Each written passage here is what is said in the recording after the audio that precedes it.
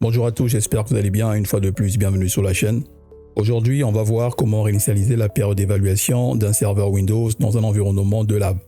Attention, cette manipulation est destinée uniquement à un environnement de test, de formation ou de lab, donc de laboratoire. Elle ne sert pas à contourner une licence Windows. Sur un serveur en production, il faut toujours utiliser une licence officielle et valide.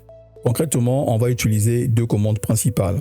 La première commande slmgr.vbs /rearm est une commande qui va nous permettre de réinitialiser l'état d'activation de Windows Server et de relancer la période d'évaluation. Cette commande est surtout utile lorsqu'on travaille dans un laboratoire avec une version d'évaluation, par exemple pour continuer des tests, préparer une démonstration ou terminer une formation. La deuxième commande permet de redémarrer immédiatement le serveur. Shutdown --r --t --0. Le paramètre "-r" signifie redémarrer. Le paramètre "-t --0" signifie qu'il n'y a aucun délai d'attente. Donc, dès que vous validez la commande, le serveur redémarre immédiatement.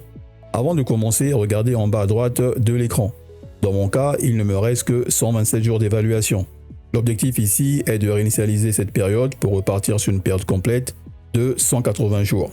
La première étape à faire, bien sûr, c'est de cliquer sur le menu Démarrer et d'exécuter PowerShell ou l'invité de commande en administrateur.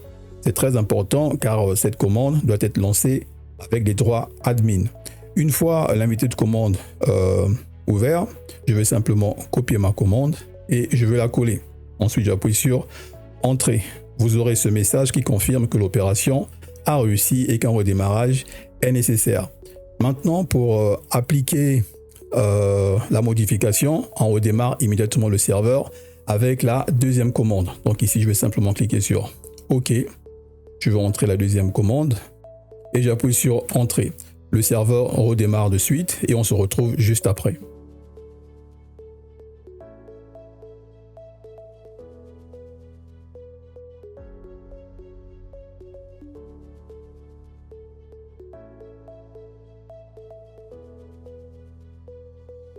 Après le redémarrage, reconnectez-vous à votre serveur.